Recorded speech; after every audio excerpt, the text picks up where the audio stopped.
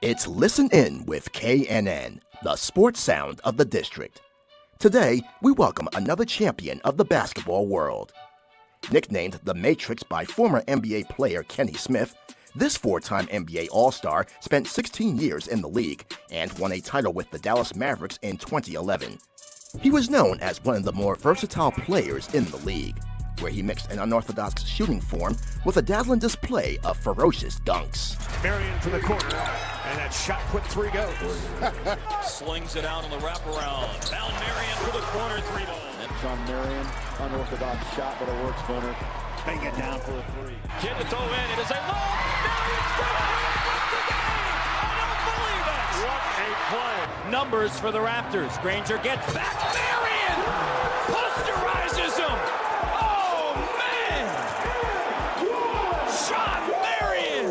And Shawn joins this live stream broadcast of Listen In with KNN right now with your host, Kelsey Nicole Nelson.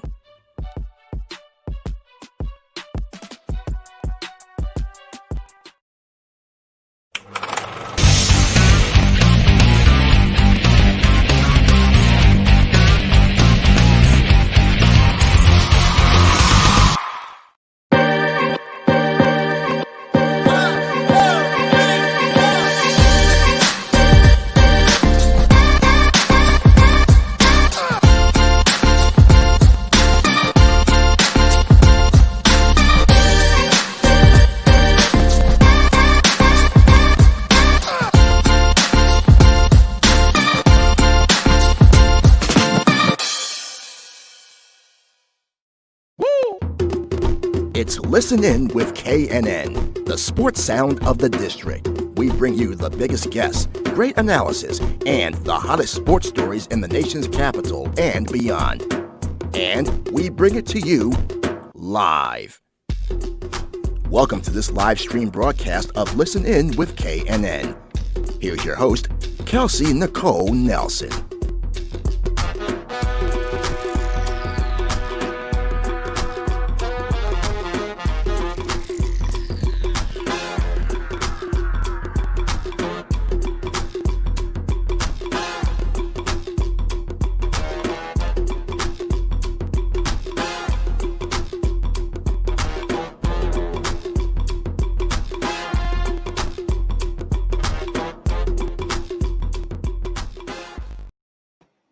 Hello, everyone, and happy Thursday. You see the basketball in my hand. Basketball is back. I'm excited to welcome you all to another live stream edition of Listen In with KNN, presented by Fox Sports Radio, 1340 AM and 96.9 FM. Of course, this is a sports talk radio show and podcast. We're going to get into it. We have a fabulous guest today. I hope everyone's doing well. You've almost waited through the week, and of course, we'll be back on Saturday. But today, without further ado, it is my honor and pleasure to welcome in the Matrix 31, Shawn Marion, an NBA champion, an NBA All-Star. He's also part owner of the New Zealand Breakers. We're going to talk lots of basketball, all things sports, and anything else that you all want to get into. Be sure to comment your questions. We'll have them answered live. And so without further ado, it's time for NBA basketball. Let me welcome in none other than Mr. Shawn Marion. Shawn, how are you today? I'm good, Kels. How you doing? I'm good. I'm so excited to have you here. First off, Shawn, I have to ask, how are you feeling? How are you doing with everything that's going on? I'm doing fine. I'm just, trying to stay safe like everybody else and just living. You gotta enjoy yourself. You do. So what have you found to do for fun now, Shawn, since you've been confined, I'm sure, in a small space, trying to stay safe and social distance? What is fun now? I know. What is considered fun? The best fun time for me is hanging with my friends and family and just enjoying ourselves, talking, and just reminiscing on things and or talking about things current topics now, whatever. Just that's pastime, just sitting there having a drink or two and relaxing and enjoying life. Yeah, a drink or two. We won't say if you're having any more, but it just having fun, right? And I think, and I think off of that too. Are you still shooting hoops? Have you found time to get to a court and school some of these little kids on basketball, or you've been? I do. I have a court at home, so not at this home in my home in Dallas, and I do play ball. So I've been playing a little bit and just trying to stay active as much as possible. And but for the most part, it just you still got to practice social distancing and got to be safe. Yeah, you have to be safe. That's what we want. And as we go through on this interview, I mean, 16 seasons in the NBA. Now we've restarted the NBA. We have our exhibition games going on, and you had the chance to be a champion. So as these teams prepare for a whole different new type of season, any advice for the teams going into this bubble, exhibition games going on, to one day hopefully be a champion like you, Shawn, one day? I mean, listen, it's part of it's part of the new norm right now. So, Yeah. like, regardless of we like it or not, it's part of it. So, if you want to get paid, you're gonna go play basketball. So, like, but for the most part, listen, this is nothing no different. We didn't all had to adjust to certain environments, certain situations growing up, and for majority of the league is African American. So, it ain't been an easy climb for none of us. So. We all can make adjustments when we need to, and they be fine. They're pros, man. That's what we get paid this money for. You pros get paid to do stuff that normal people can't do. That's what you get paid for. It's true. Look, a lot of us can't do anything that you did, No. Shawn, not even close to it. So you're right. That's why we pay the big bucks. And just going off of that, you talked about most of the league is African American. We see the Black Lives Matter movement being incorporated into the NBA this season. We see it on the court. We see this option on players' jerseys. Tell me, like, what are your overall thoughts on how the NBA has embraced this movement as the world has kind of shifted since the unfortunate murder of George Floyd? Listen, the NBA has definitely stepped up to the plate, and they're forefront runners. So they always lead, and everybody else follows. So they set the tone for a lot of different things, and right now this is a great time for them to be proactive and get out here and enforce the attention where the awareness for everybody to get involved and to show their support and love, and that's what it's about. Yeah, exactly. That's what it's about. And again, the NBA, I think, has always been on the forefront. That's why we applaud the work that they're doing. And I'm excited to move forward. And of course, hopefully, we all just want change. At the end of the day, we all just want change and for this country to move forward and get better. And then, of course, we have to talk a little basketball. Shawn, have you seen any of the exhibition games this far? And if so, anyone impress you yet? Well, I just got done watching Portland, and don't even tell me. I'm gonna tell you, it was Portland and Indiana. It was Portland and Indiana. They just finished playing. Yes, I've been watching. Everybody been waiting to watch some current on TV. We needed something. Man, ain't we all tired of watching the same old shows and movies over and over again? Yes. But yeah, for the most part, yeah. Clippers look really good. Reggie Jackson looked really good yesterday. I got to see. So I'm getting ready. I'm gonna watch the Mavericks play here shortly when we finish. And then, but no, that's it. You can't. It don't get no better than that. It doesn't. Look, we've been waiting for sports. I've seen way too many rerun episodes of Law and Order SVU. So I'm very happy, Shawn, that we're back to sports. Amen. Yeah, that's the way. And since we're in DC, did you get a chance to look at the Wizards at all? Any Wizards players stand out to you yet? I've seen them, but I think majority of the guys are hurt. So it's like you got a lot of guys that I don't know who they are. So I'm not going to sit here and play that game. No. So but it's gonna be interesting when they get back healthy and get back 100%. Yeah, exactly. Like, that's what we want. Like, no Bill, no Wall. But when the Wizards get back to looking like the old look Wizards, I think we'll be pretty excited in DC. And of course, it's also opening day here, so everyone's excited for the Nationals. But going back to basketball, Shawn, you've been doing so much on the basketball front. I want to talk about you. You have some big things going on. So first, I want to ask you, can you discuss just the origins on how you initially became the part owner of the New Zealand Breakers, and of course, what it means now to become acclaimed and endeared to the Kiwi culture and people? So it's not. Did I get it wrong? Yeah, you're right. You're right. So when you think about, I've had a lot of things come across my plate. Being a professional athlete, sometimes some guys are privy to some things that other guys are not privy to. So I was fortunate enough to have a great team that, I was already looking in the trenches to be part owner of a few teams. So I was actually trying to be a part owner of the Cubs first. Okay. Then DC United.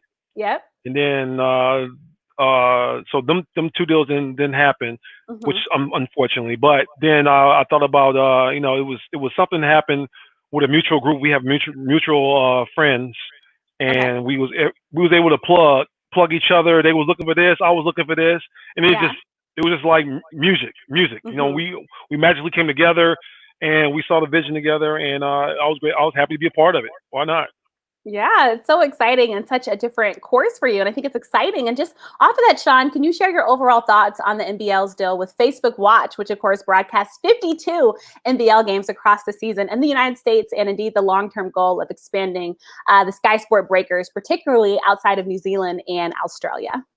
I mean, I think basketball is a global sport. I Yeah, think everybody loves basketball, and it's steady growing. It's still got places we can grow in continents that's not right. playing it right now. But with that being said, though, it's probably one of the top two or three sports in the world by far, I think. So with it growing and everybody being willing and expanding and getting better and playing it, Yeah, it just broadened the horizon for us. And with us, our games primarily being played in Australia and New Zealand, of right. course. Hopefully, I'll see an expansion team probably coming into China. I Oh, can't say nice. when, Okay. but I think it's an opportunity because China is so close to us. Hmm. New Zealand is at the bottom of the world. Yeah, And Australia is close, but it right. ain't. I mean, they think a 4 or 5 hour flight is close to them over there. So like, Wow. I mean, last time I checked, a close flight was an hour away. Yeah. So a 4 or 5 hour flight for them is for 5 or 6 hour flight is close to them. That's reasonable for them. Yeah. So it all plays in the point of different things, and but the way the way the games are spaced out over there, it's easier for to do the travel and commute to go to China possibly and add a team over there. Nice. So that could definitely make the league that much more stronger because when you're able to add the Chinese culture into anything, it's gonna make it's gonna grow it exponentially. I mean, crazy. You know what I'm saying? And Yeah. magnify it 10 times. That's exciting because just off of that expansion, what do you think about the NBA and NBA Africa and that expansion that the league's trying to do? Listen, I think my guy Amadou is out there and head of that, Yeah. and I got a whim a piece of that and seeing how it developed, and Yeah. like I can't wait to go. I can't wait to go see it. You know what I'm saying? Yeah. I can't wait. I just want to go over and be a spectator and just see what's going on and see how it's working. Yeah. It's exciting. Have you ever been to Africa, Sean?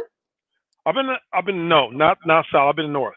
Okay, nice. That's exciting. See, I love it. It's going to be an exciting time. So much with NBA growing, and of course Hmm. basketball growing. As you said, it's a global sport. And going back to Yes. you, the Sky Sport Breakers have joined forces with the Leukemia and Blood New Zealand to fight cancer, which I love. So, can you talk Yes. about more about this philanthropic related initiatives and the importance of just incorporating gaming to the forefront of both raising awareness and funds for charity?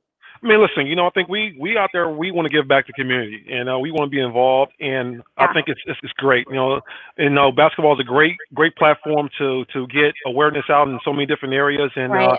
and we're of course we're behind the all blacks over there. All blacks lead the way and everything over there, Yeah, but we're right there though. Like we're a hot ticket to come watch in Auckland. yeah, It's a great atmosphere. My guy Matt over there is doing it right now, and he's hands on with everything over there, and I'm loving it, man. It's like a new world and new atmosphere. I mean, I'm going to the games. I'm geeked up. It's just a great atmosphere, excitement, yeah, and it's different for their culture because their culture is really laid back. They don't engage like we do in the fans in the U.S. Of yeah. seeing people get out to see. They're a little. They get information like we get it on currently, Right, but they're right. still the times are not exactly the same. So when Yeah. I say we have a great fan base and how they engage in the games as well, we've started that over there, and it's awesome. That's exciting. I love it. Look, It's we're pretty dope. continuing to grow. Like it's like when we playing though, it's the highest ticket in town. You know what I'm saying? Like Nice. especially if all blacks ain't playing. Then everyone's at that game, Sean, right? It's the game to be at. Look, I'm not mad at you, and I love that. And just going off of that Yeah. again, because you're doing so many just great things. With regards to the Breakers' lucrative sponsorship with Sky Sport, can you talk about what this has meant overall, not only for the Breakers as an organization, but for the people at large, especially a nation so passionately endeared to both rugby and cricket? I mean, listen, I mean, what more can you say? You just said Yeah. enough right there. I mean, what more do I need to say on that? You just said enough, man. I It's answered it amazing. for you, Sean. I'm helping you Yeah, out. Look, I'm lobbing for really you. you really did. I mean, like I said before. I mean, I've only been there twice, and the culture is so awesome there. And a lot of people don't know this, but Yeah. Lord of the Rings and The Hobbit was filmed in New Zealand. Nice. People don't And I know love that. those. I did not know So that. so it's not in Auckland, but in New Zealand. So like in parts Yeah. of New Zealand, all over around. But man, it's amazing though. They got great wine, great food, man. I tell you this, like I wouldn't. It's like it was. You could say it was on my bucket list, but it wasn't like on high on my bucket list. But when I got an Yeah. opportunity to be a part of this and watch it grow and just see what it is right now from when we started, Wow. the family we bought the team from, they was amazing too. Like they still part of the family. It's like we all. It's like a Yeah. big old family, Like Yeah. I almost feel like the NBL family is close to the somewhat same thing as the NBA family. Wow. They all know each other, and like there's so much love and admiration, respect for each other. Like when we go from one place to the other, we try to entertain each other, and it's like a big old family over here, just as well as like the NBA. That's so awesome to see. But I think that's why we love sports, Shawn, right? Because they bring us together, especially the sport of basketball. I feel like you can always see just so many different people from so many different cultures and backgrounds just coming together because we love the game of basketball. That's exciting. And then just going off of that, Sky Sport Breakers CEO, Matt Walsh, a former Florida Gator who was undrafted in the 2005 NBA draft. Of course, he built a steady career in Europe before he retired from playing professionally in September of 2015. But can you talk about just your overall association with Matt Walsh and the importance of building a successful culture which plays aesthetically pleasing basketball? Like I said, man, Matt doing a great job, hands-on over there. Man, he's taking bits and pieces from our formula, and then also from the formula of some of the teams that's been successful in NBL, and he's infused that into the new Breakers situation, and and created an atmosphere, and like that you feel so much like I feel like you're an NBA game, Nice. And like, man, like I said before, it's like it's the hottest ticket in town if the All Blacks are not playing, and like it's truly a joy to watch, and he's hands on with everything, and I gotta commend him. He's doing a great job, and man, what more can I say? He moved his whole family over there, just took on that challenge, and just doing it every day, nonstop. Yeah, look, we love to see that. I love how excited you are about him and the great job that he's doing. And staying with the team, Israel-born head coach Dan Shamir, 3-time Israeli Cup champion, and currently serves as the head coach of the Sky Sport Breakers. In terms of his just experience, let's say, in his pedigree and just comprehensive studying of the game, can you explain more about his in-game tactical coaching adjustments and his ability to just transmit messages to players in just these pressurized situations? He's what you call a basketball philosopher. You know what I'm saying? In a way that he's not really aggressive. Yeah. And he gets his point across. You know what I'm saying? He tries to make it as simple and as easy as possible for the guys to pick up. And the game of basketball is not hard. You know what I'm saying? To a certain degree. That's if you really playing it from a standby. I'm sorry. No, you're good. When you're a spectator and you're engaging in it, it's different mindset and different things. But when you're out there able to be a part of it and you're in the battle, it's totally different. And he makes it as easy as possible for guys to understand what his concept is and what his principles are and what he wants the guys to do. And he try to put everybody in the best situation for the team and for themselves to be successful. Nice. And look, successful as you guys are, because 4-time NBL champion Thomas Abercrombie, the current captain of the New Zealand Breakers, is the all-time leading scorer for the Breakers. Congratulations on that. However, can you talk about just his presence and his leadership of the former Washington State Cougar? Tom is just a seasoned vet, man. He's a pro. He's a pro. He knows how to go out there, and he's gonna go out there and lead. He's our team captain, and he leads the way. You know what I'm saying? Even if he's not scoring, you know what I'm saying, he's doing all the other intangibles though. He's gonna play hard. He's gonna get charged. He's gonna get rebounds. And he'll give you a highlight here and there as well too. So highlight reel, he hits open shots. He just does the intangibles. He keeps us together. He's a great guy, great personality, and he's just a hardworking guy, man. I love him. Yeah. Nice. And then just staying on players, Ty Webster most recently joined the Sky Sport Breakers from Turkish Giants. Can you just touch on the acquisition of Webster and mentally and his character that he brings, just let's say to the current squad that you all have over there? Well, so I just know I just seen that though. So they're ahead of us. Okay, they're ahead. So I'm happy to have them though. Listen, everybody is flourishing. New Zealand has no COVID cases, so they're 100% clear over there. Yeah, that's so they're back to 100% normal over there. Yeah. So with that being said, though, we got a new acquisition. I don't know too much about him yet. I just seen them work. I seen him working out. Some video of him working out the other day. So I'm happy. Like he has a little game. So I don't know what he can do exactly. I haven't dissected him just yet. But for the most part, I'm happy to have him. Like he can put that ball in the hole. Yeah. Oh, that's exciting. Look, we all want a score. It sounds like you got one. So look, everyone's happy. And then I want to go back to just the atmosphere, because of course here we have different reactions, Shawn, about this fan noise that we're gonna have. So first, let's talk about the NBA fan noise. Are you a fan of this? I mean, if you take me back to your playing days, how do you think you would have felt seeing no fans, but hearing this noise that you're used to hearing. Like, is it the same thing, Shawn? I mean, listen, we played the scrimmages before. You know what I'm saying? We always scrimmage against our team or ourselves or have preseason games. Some preseason games have a lot of people, some of them don't. It just depends on where it's at and where it's located at. But for the most part, I have definitely played in the gym with no fans. So, I mean, I'm doing it now. So it's about, I mean, now you're just going to do it with no fans and get paid for it. So, Not a bad deal. so what difference does it make? I mean, like, look, you have especially when you're playing against opposed, it's probably going to be a lot easier to focus on other guys. Yeah. When you're playing, you're scrimmaging yourself. You might not get that much excitement out of it. But when you're playing against opposing teams, now you got something to reckon with. Now I think it's a little bit easier. All right, well, that's good to know. Look, easier. I'm sure no players will be mad at, and you have no fans yelling at you saying derogatory things. So hopefully that will help keep players happy when they're playing basketball. But now going back to your team, with regards to the atmosphere and the fan culture at the Spark Arena, the home of the Breakers, what was your initial experience, and then how much did you receive when you first witnessed your first Breakers game? What were the people like towards you? How did they embrace you? So.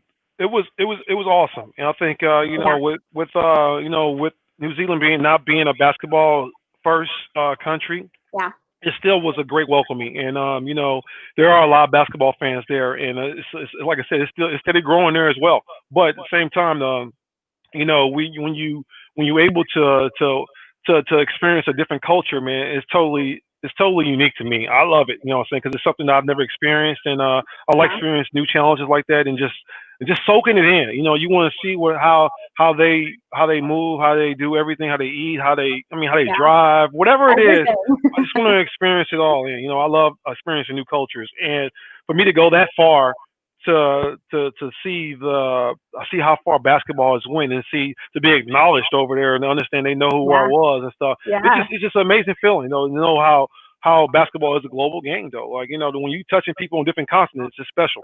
It's huge. It's huge. It just shows the power of the ball, right? The power of you and how many people can flock to you because of the great game that you play and that you do. Yeah. When you get fans around, I mean, everybody plays this game, but it's like when you get real fans, they follow you everywhere. And I was able to play this game at a high level for a long time. And I had I get a lot of messages talking about how good I was, and thank you for leaving your imprint on the game and stuff like that. It's really kind of cool. I love it. I respond. Yeah.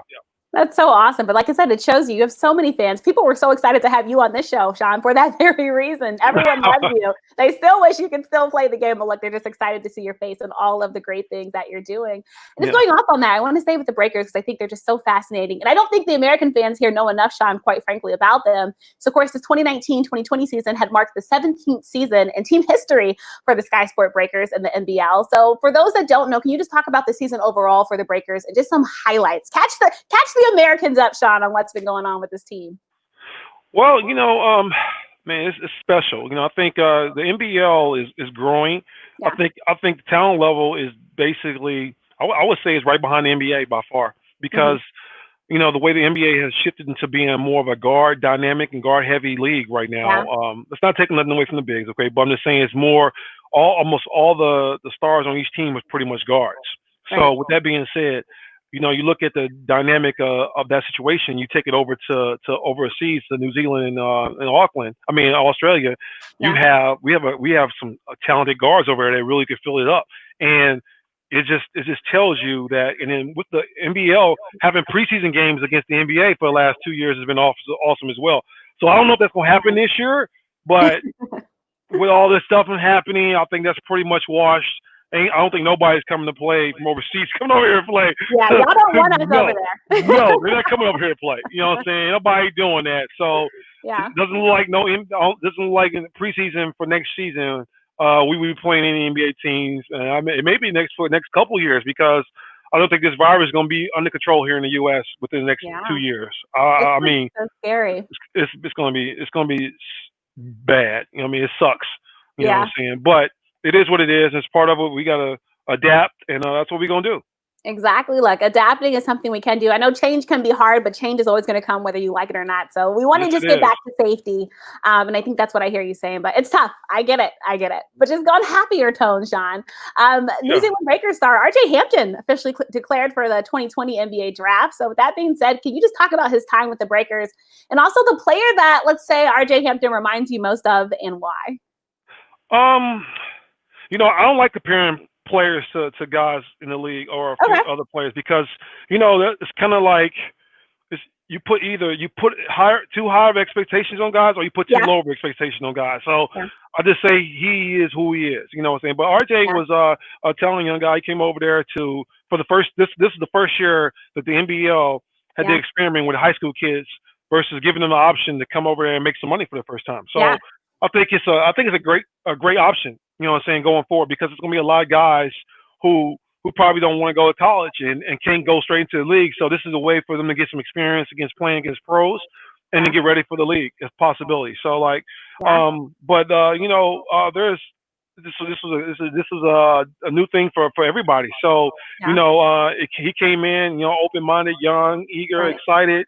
And it was some up and down, but for the most part, I think he got a great experience and got some great learning experiences that hopefully can help him to the next phase of his career. Yeah, the next phase of his career is what we're excited to see. Of course, the NBA draft. I know there's still questions around it, but we're still excited for that and see these next guys get hopefully their NBA dreams come true. And just going off of that. Yes. Hopefully, see, right? we want him. We want him, to go out there and keep doing what he's doing, keep learning, to keep taking it in. I just seen him a couple weeks ago, and look good. Like he's working out. He's with. He got some new representation. He's with a former teammate of mine, good friend, great guy. And I think he's gonna be okay. I'm hoping he's gonna be okay. You know what I'm saying? He's gonna be okay. Yeah. I mean.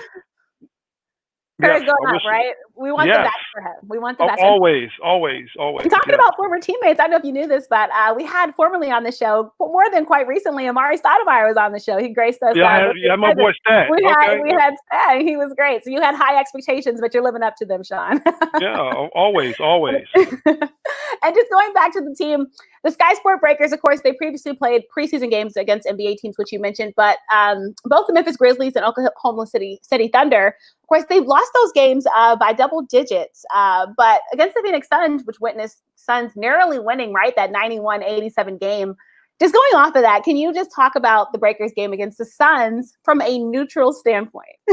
Yeah. I think it was a great showing. I was there for that game, and that was our first game. That was our first game actually against the NBA team in the States, and I thought we represented very well. I thought we had a chance to win that game. So, but with that being said, though, what's up, Brazil? But it's just part of it, though. I mean, to be right then and there with a team and the pros, though, it's pretty special, and tell you how the talent level is. Think about it. And then you gotta realize this too, though. Like when you're abroad in the league, the talent level as far as certain positions, it may not be the same as it is in the NBA. Right. But with that being said, though, you do have guys that's playing in our league that are capable of playing the NBA. So when you look at it from that standpoint, though, then you gotta say, okay, so sometimes it evens itself out or it doesn't balance itself out. So it just depends on who you're playing and who you're matching up against. And going off of that, we have a quick fan question. Talking about who you're playing and who you're matched up against. Who was your most difficult matchup during your NBA career, Shawn?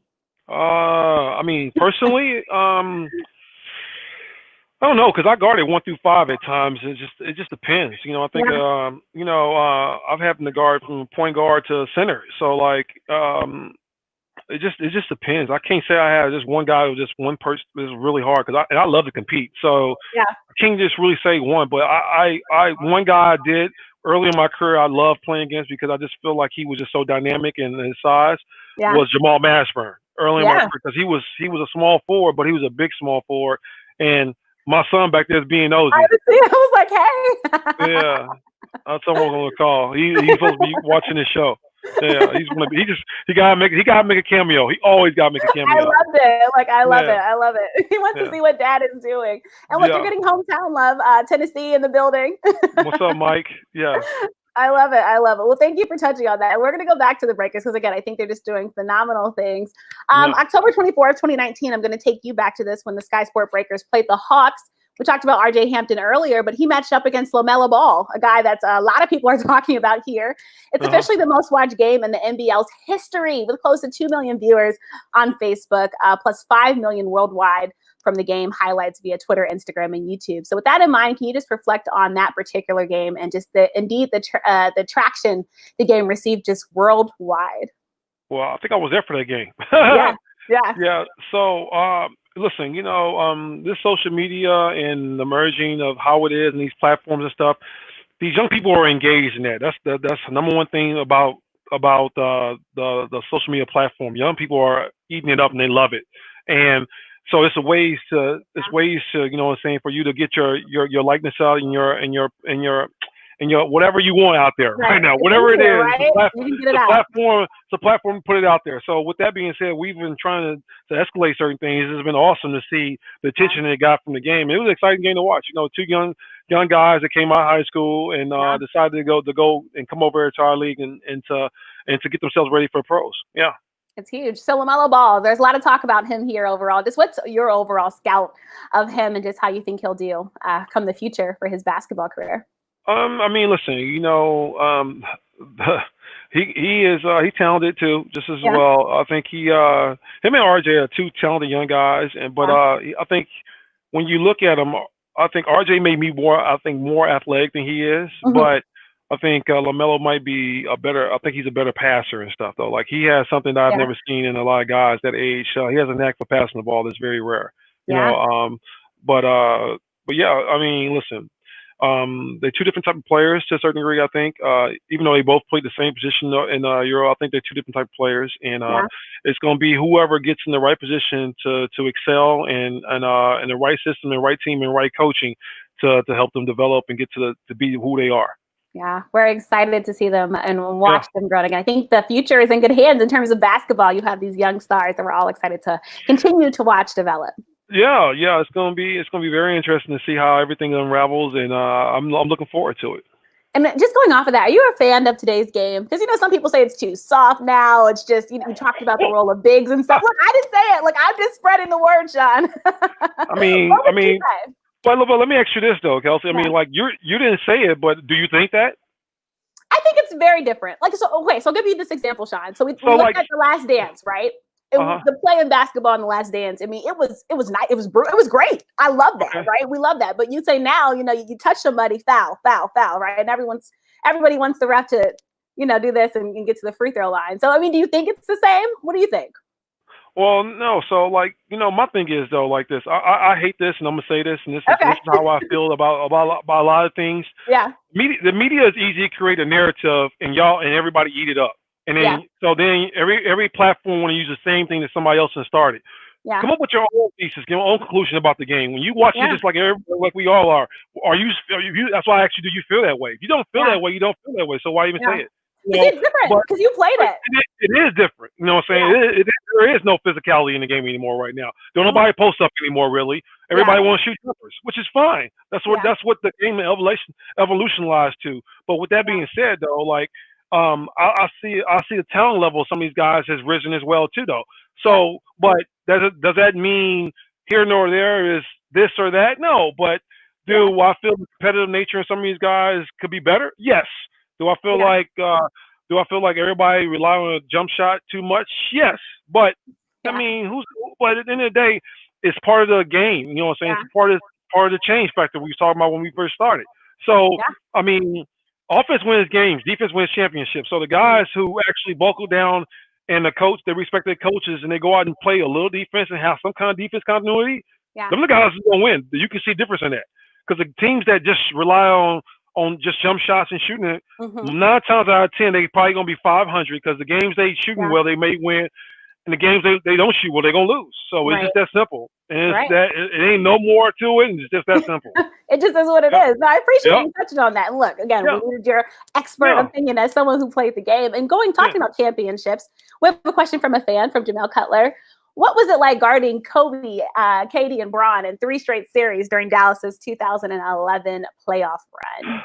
Man, it was fun, dude. Like, man, I live and die to compete, man. You know, I'm competitive at everything. Once you get to this level, you know, and you don't get. It ain't many times you get to stick around and do the things I did in this league, and it was a blessing, and I loved it, man. That's why I drive though. That drove me, and I was hungry, man. I loved the challenge of anything, and you know, on the reverse end, all three of those guys had to play against me too, though.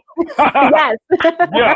That's what we need to be talking about. Yeah. You know, one of the things I have to say this because somebody said something to me on social media the other day talking about like the things I did in Phoenix early in my career for my 8.5 years in Phoenix, whatever. Talking about like I downslided or whatever. My career went downhill. Somebody like, really? I was like, why would you say that? And what it was like, I'm so curious. So you can't type so much you want to say, and I mean I'm not going to type you 2 and 3 paragraphs. That's not my style. I'm like, Right. if I'm going to pick up the phone and we're going to have a real debate, a discussion about this. I'm going to educate you on something. Yeah. So when I traded, my role from what I did in Phoenix changed at every team I was put on. So with that being said, though, like I'm about winning. All I care about is winning a lot of times. So I adjusted my game to what the team needed every team I went to. So that's why certain things I didn't need to score, you know what I'm saying, 20-some points a night when I was on every team I was in. The nights I needed to score 20 points, I did though. The nights it was there for me to do that. That's when I did it. You know, I didn't have to do it every night because that's the time that was the time team I was on, and that's the role I bought into because I wanted to win, and I saw the bigger picture at the end of the day. So like.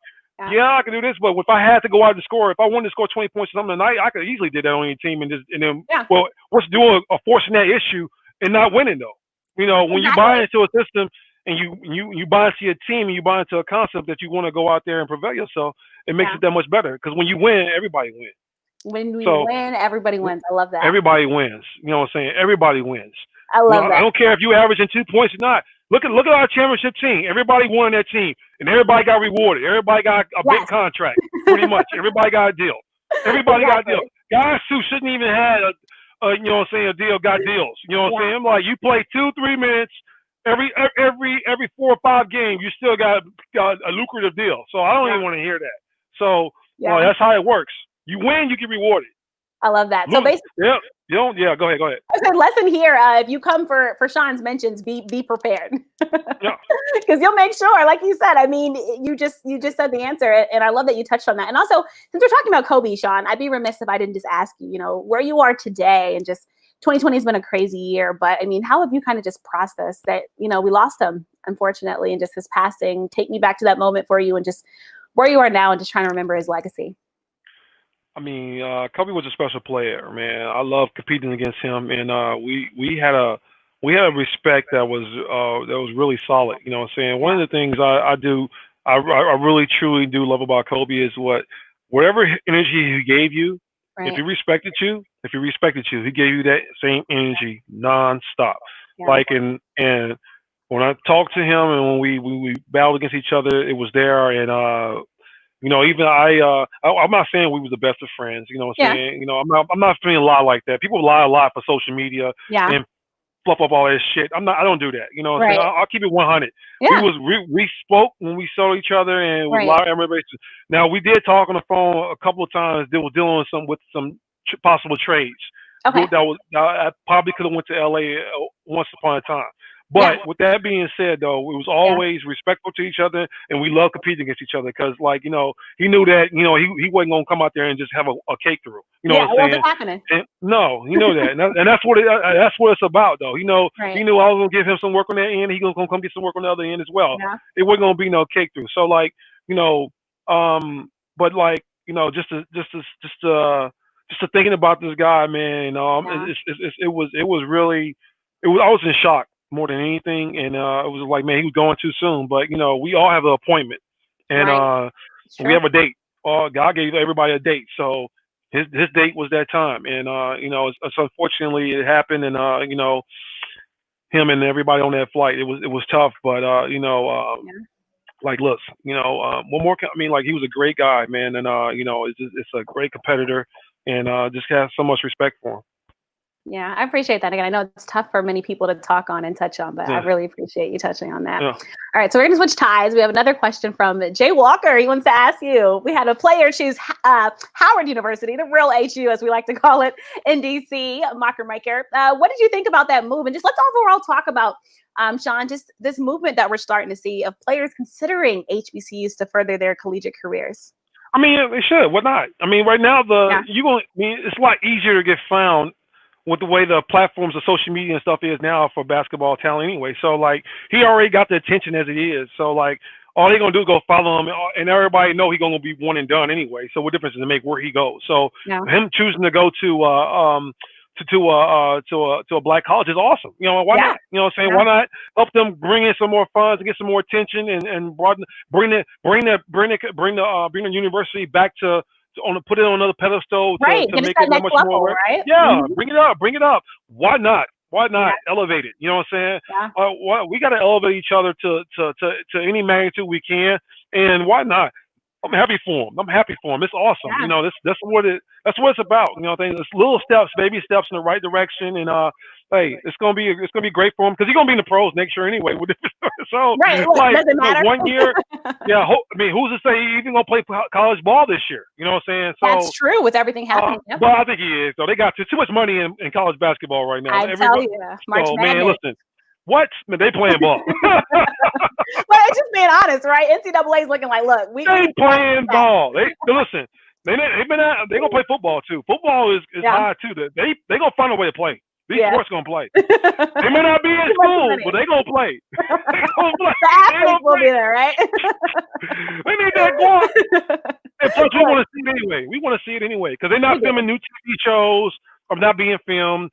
The only thing you can do right now, if you can work out the safety protocols and do whatever you gotta do, is put football, put sports on TV. You have to, because you can't do anything else. What can you do right now besides sports to give anybody some current content? You know, I'm tired of looking at the damn news.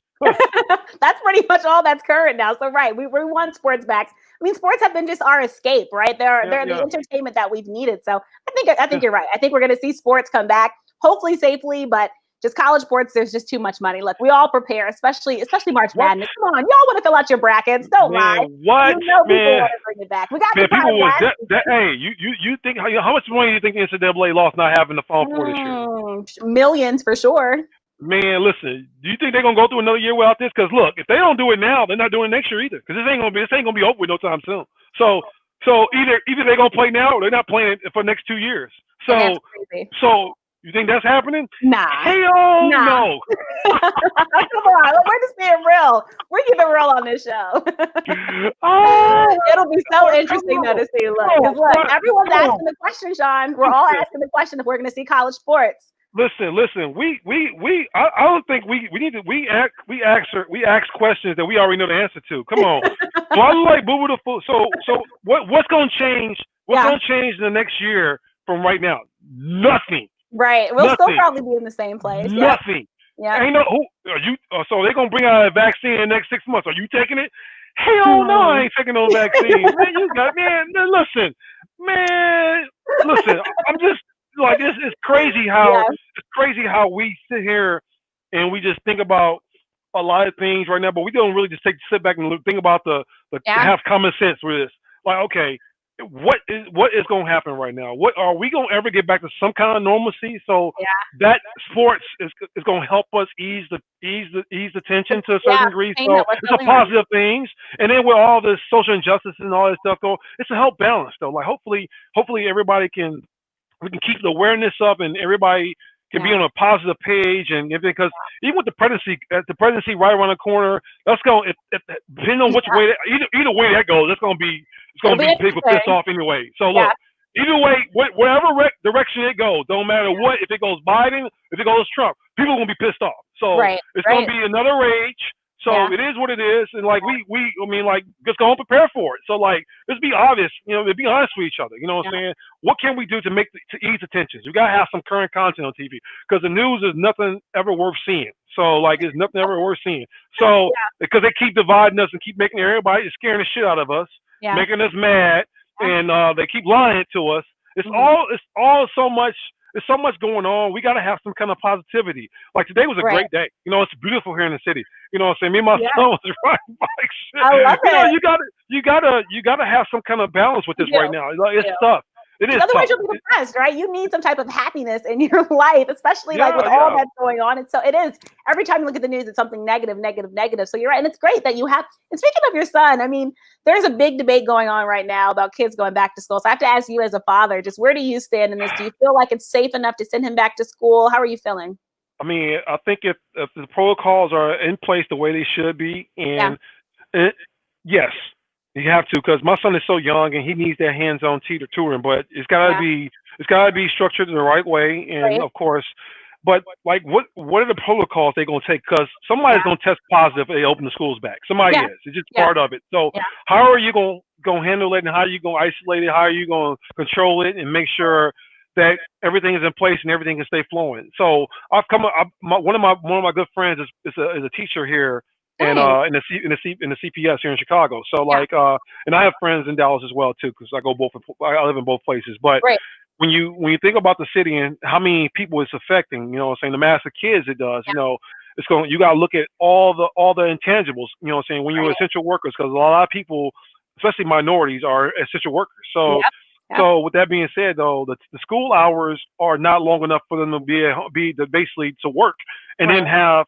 What are you gonna do? So many things that don't line up. Like after school programs, do they cut out? You stop those immediately. How are they supposed to get child care? All these, there's so many intangible meals, all this stuff that they haven't but they have to have it in order. But it's affecting. But it was easy to adjust for 2 months.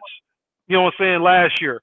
Now they gotta adjust. Now you gotta adjust for not 6 months. Now maybe a year to 2 years. It's going to be the adjustment right now. It's not a short-term thing. No, it's not a short-term thing right now. So like you gotta go. You can try something out maybe for 6 months if you don't like it. Then you have another adjustment or alternative plan to go for the next 6 months into school year. I mean, half the school year first to do that, and then you got another protocol that you may change out the second half and see how that works. But you got to figure out some kind of thing, because the younger kids, I think the younger kids need to be hands-on with teachers more than anything. And I don't know what people are trying to do, what's in place in every place, but if somebody has something that they figured out that was able to work in some of these other states and stuff, they need to be passing the knowledge on to and sharing this shit. Because if we got something that's working, they got something that's working over there, and they finished the season, the school year very good for them. Why don't they share that, what they did and how they was able to work it out? Because everybody went home and did homeschooling for the second part of the year, and everybody hated it. Everybody hated it. It was a big fail. It was a big fail. So what are you gonna do? How are we gonna implement a plan to help these kids to make sure they're getting the right education and right tools they need to pass and stuff? Because when you homeschooling, you can cheat like crazy now. Of course, especially with the internet. Come on. Yeah, come on. It's easy to cheat on homeschool, but you still gotta find a way to get these kids the tools and the lessons learned. Right? Yeah, come on. So but even homeschool, that's for the birds. I'm not advocate of homeschool, especially your father. So that's why. Not for little kids. Yeah, for high school. Hey, we got to make it work. We got to figure out something to make sure y'all do groups or something, group learning, so everybody is helping each other and something to make it go smoothly. But I feel like they got to do something. The younger kids need it. Yeah, I agree. It's different. Of course, we just want safety, but it's hard. Online learning is not for everyone. It just isn't, right? Some can do it, but some can't. Homeschool ain't for everybody either. It's not though, right? Look, at home you have so many different distractions. There's a lot going on. That's not for all kids. But that's not even number one. For me, I feel like the pressure of kid being at home by himself, not used to having homeschool, he's singled out. There's more pressure on him.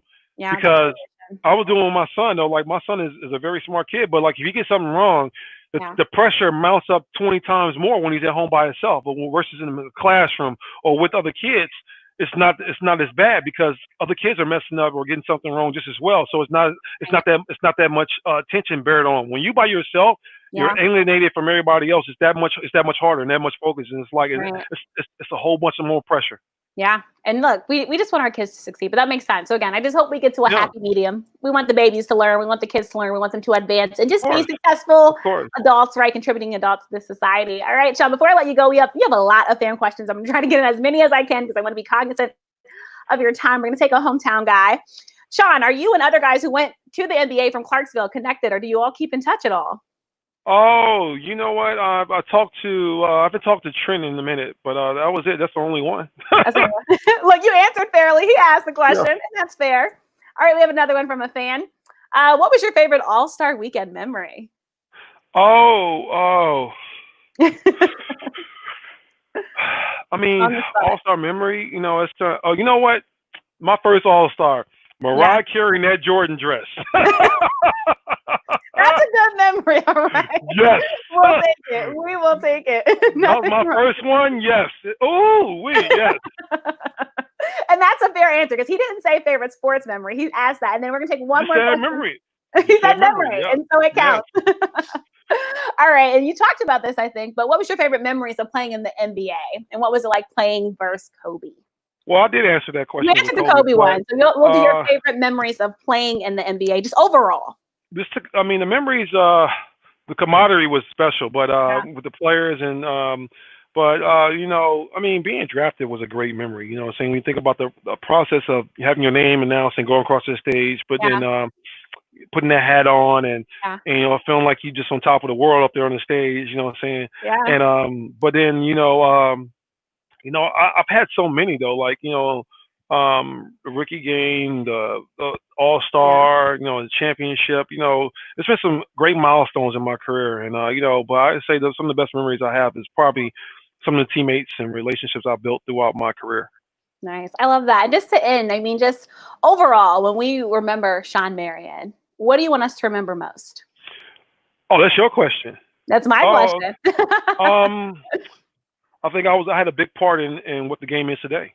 You know, and if you know anything, I'm pretty sure these guys, people who are asking these questions, have followed my career and they know. Yeah. But if you really look at what the game is right now, I was a big part of what the game is right now, and I can commend myself. I left a great staple in the game. Yeah. Yeah, I love that. Any cherry on top that would just tap off your career?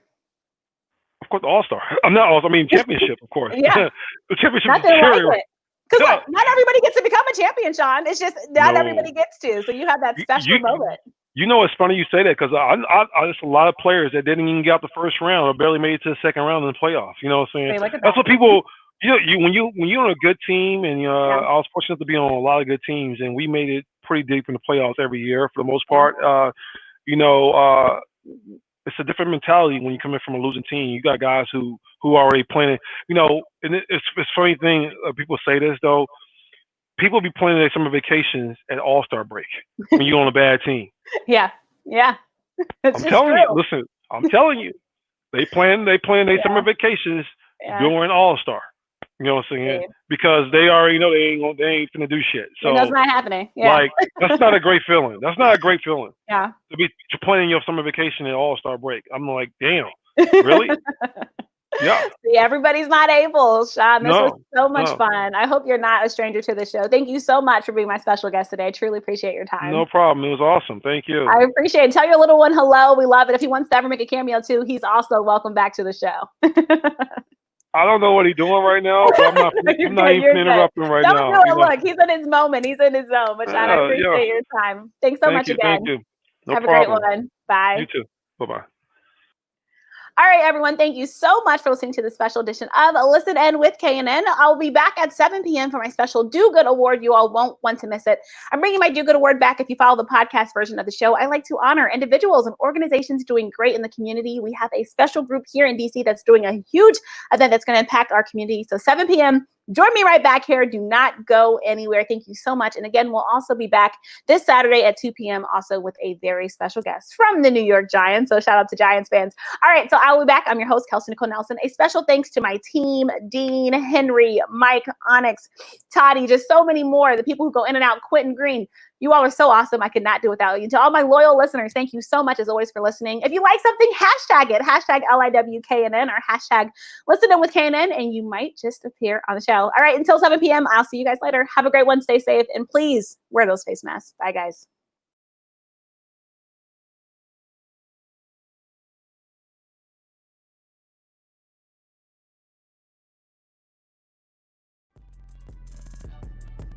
Follow Kelsey on social media at @TheRealKNelson. Catch episodes of Listen In With KNN on YouTube, on air at AM 1340 and 96.9 FM Fox Sports Radio, on Facebook and Twitter, and online at KelseyNicoleNelson.com. Thank you for watching this live stream broadcast of Listen In with KNN.